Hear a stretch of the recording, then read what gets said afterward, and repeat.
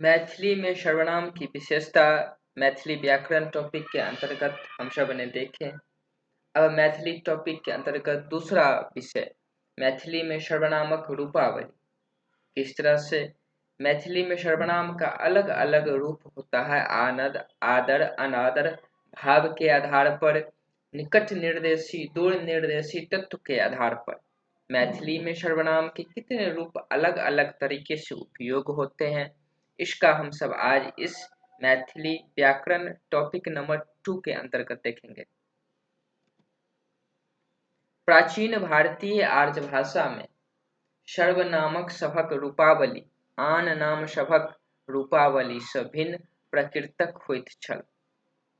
अपभ्रंश युग में प्राचीन भारतीय आर्य भाषा में सर्वनाम सभक रूपावली आन नाम सभक रूपावली सँ भिन्न प्रकृतिक होइत छल।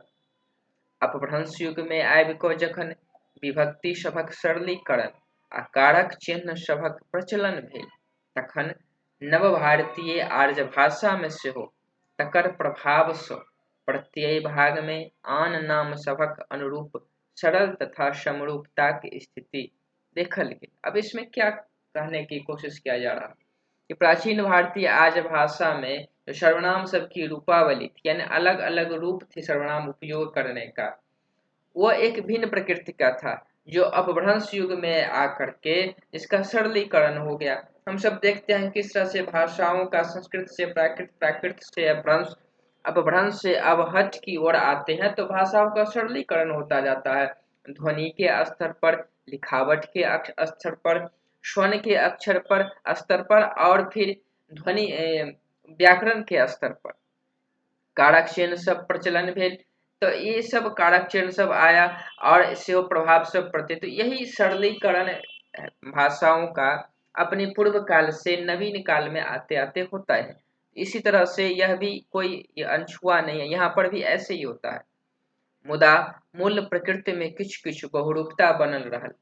वर्तमान समय में मैथिली सन भाषा में नाम सब में जाहि तरह कारक चिन्ह आ परिसर्ग लागैत अछि, तहिना सर्वनामों में प्रायः ई प्रवृत्ति देखबा लेल भेटैत अछि। कतौ कतौ एकर अपवाद भेटैत अछि। एहि विवेचनक आधार पर एकर वास्तविक रूप के एकटा सारणी सँ स्पष्ट कयल जा सकैत अछि। अब यहाँ पर हम एक सारणी देख करके किस तरह से कुछ मूल प्रकृति में कुछ अलग रूप या फिर बदल करके सर्वनाम का अलग अलग उपयोग होता है, इसे ही सर्वनाम की रूपावली कहते हैं। और ये चार्ट से हम समझ करके किस तरह से सरल में कर्ता कर्म, तिर्यक में करण अपादान और अधिकरण और संबंधिक में सरल और तिर्यक रूप में मैथिली का अलग अलग सर्वनाम का रूप देखने को मिलता है। ये इस तरह से सरल के कर्ता में हम, सरल के कर्म में हमरा, तिर्यक के करण अपादान में हमरा सौ और तिर्यक के अधिकरण में हमरा में पर, संबंधिक सरल में हमर और संबंधिक तिर्यक में हमरा, इस तरह से उपयोग होता है।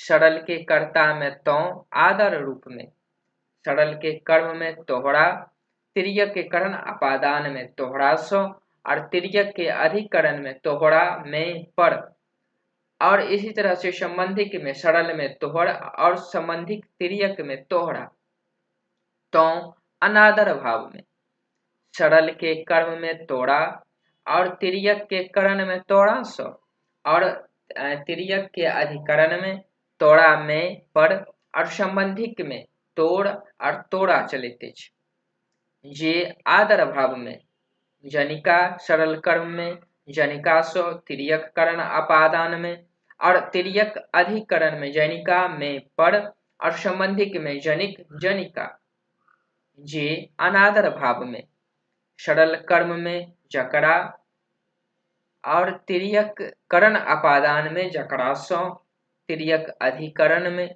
जकरा में पर और संबंधिक में जकर जकरा से आदर भाव में, सरल कर्म में तनिका और करण अपादान में तनिका सो, तिर्यक अधिकरण में तनिका में पर और संबंधिक में तनिक और तिर्यक में तनिका से अनादर भाव में, सरल कर्म में तकरा और तिर्यक करण अपादान में तकरा सो, तिर्यक अधिकरण में तकड़ा में पर और संबंधिक सरल में तकड़ और संबंधिक तिर्यक में तकड़ा उपयोग किया जाता है।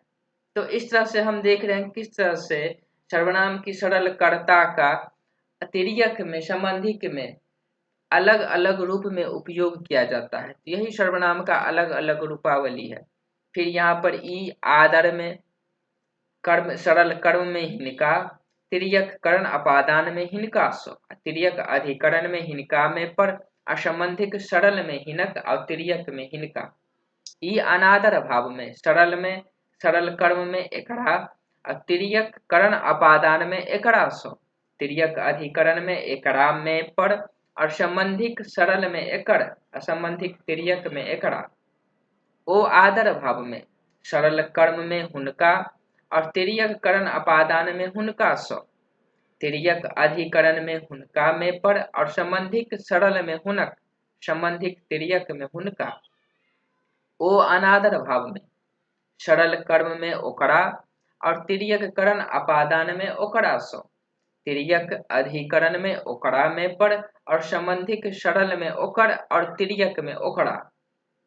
के आदर भाव में सरल कर्म में कनिका और तिर्यक करण अपादान में कनिका सो, तिर्यक अधिकरण में कनिका में पर और संबंधिक सरल में कनिक और संबंधिक तिर्यक में कनिका।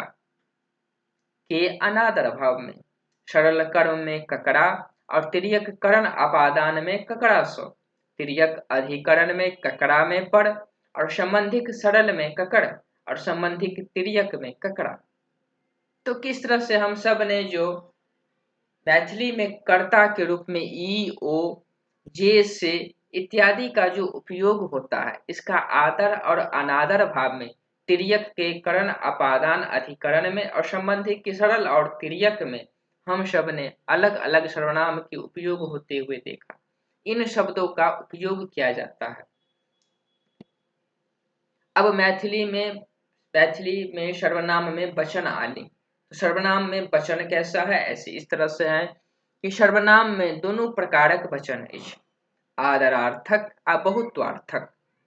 आदरार्थक सर्वनामक रचनाक मूल प्रकृति में लगैत अछि, जेना नी आ न लगा कर जे सो जनिका बनैत अछि। रचनाक शब्द के मूल अर्थात जिससे शब्द का भाव और अर्थ बदल नहीं जाए, तो रचना की मूल प्रकृति में लगाते हैं। नी आ न लगाकर जे सो जनिका बनैत अछि तथा हिनी सो हिनक बनैत अछि।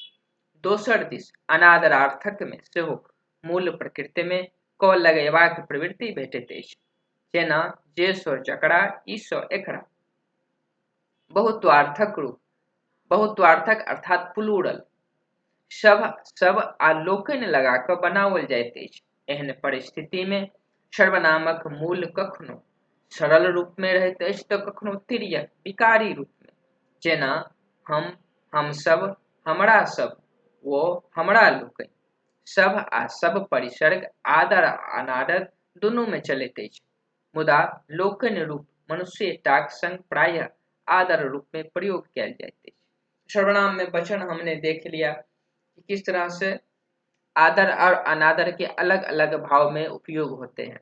सर्वनाम में लिंग भेद नहीं होइत अछि, मुदा प्रश्नवाचक सर्वनाम इंटरोगेटिव प्रोनाउन में कोनो वस्तुक संदर्भ में नपुंसक लिंगक अभाव भेटैत अछि, जेना के अयलाह अर्थात कौन व्यक्ति अयलाह, अयलीह, के अयले। अब यहाँ पर स्त्रीलिंग में अयलीह और पुल्लिंग में अयलाह और के अयलीह, तो ये स्त्रीलिंग हो गया। और के अयलाह तो यहाँ पर किसी भी लिंग का एक न्यूट्रल जेंडर हो गया।